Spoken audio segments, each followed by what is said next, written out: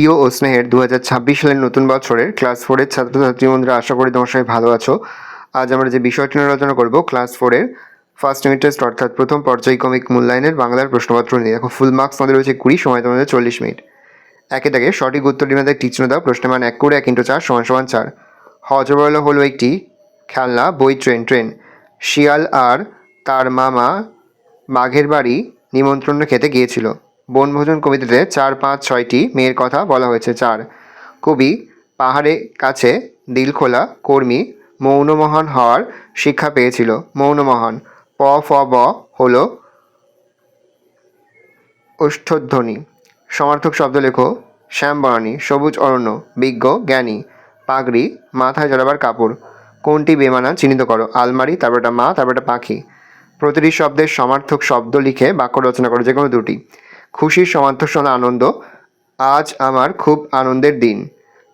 ধান্দা, ফিকির। উত্তর, রাম নিরাপদ থেকে উদ্ধার পেতে নানারকম ফিকির খুঁজে যাচ্ছিল।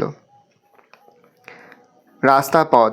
প্রকৃত সাফল্য অর্জনের পথ খুব সহজ নয়। একটি বাক্যতে যে কোনো 4টি। নদীর কাছ থেকে কী শিক্ষা পাওয়া যায়। আপন বেগে চলার শিক্ষা পাওয়া যায়।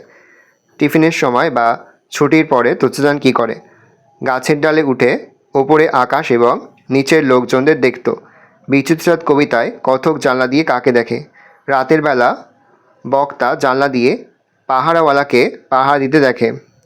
মালগাড়ির চালককে কবিতায় কার সঙ্গে তুলনা করা হয়েছে। মালগাড়ির চালক কবি নদীর ভাটার সঙ্গে তুলনা করেছেন।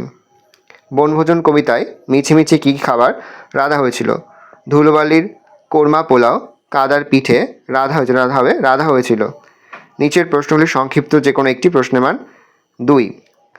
দূর হতবাগা, তোকে দিলুম 10 ভাগের করি, 1 ভাগ নিয়ে এলে লেজে নিয়ে দড়ি। ছাগলছানার এই কথা শুনে বাঘের কী মনে হয়েছিল। এটা শুনে বাঘ হতবুদ্ধি হয়ে পড়ে এবং ভয় পেয়ে দৌড়ে পালিয়ে যায়।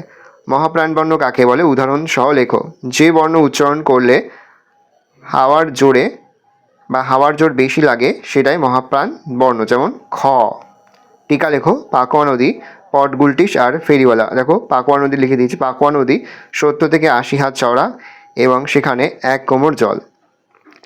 ভালো করে দেখে নাও, এই টোটাল তোমাদের ক্লাস 4-এর ফার্স্ট ইউনিট টেস্ট অর্থাৎ প্রথম পর্যায়ক্রমিক মূল্যায়নের বাংলার প্রশ্নপত্র। ভালো করে প্রশ্নপত্র দেখে নাও।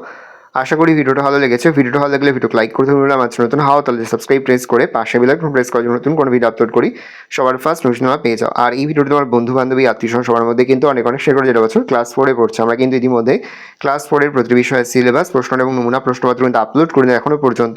সেই ভিডিওগুলো না দেখে থাকো, ভিডিওগুলো কিন্তু তাড়াতাড়ি দেখে নাও। আর যে মুহূর্তে আমরা বিভিন্ন স্কুলের প্রশ্নপত্র হাতে পাচ্ছি সবার ফার্স্ট ভিডিওর মাধ্যমে কিন্তু আমরা তোমাদের কাছে তুলে ধরি। তোমরা কিন্তু অবশ্যই আমাদের চ্যানেলটা সাবস্ক্রাইব করে রাখবে।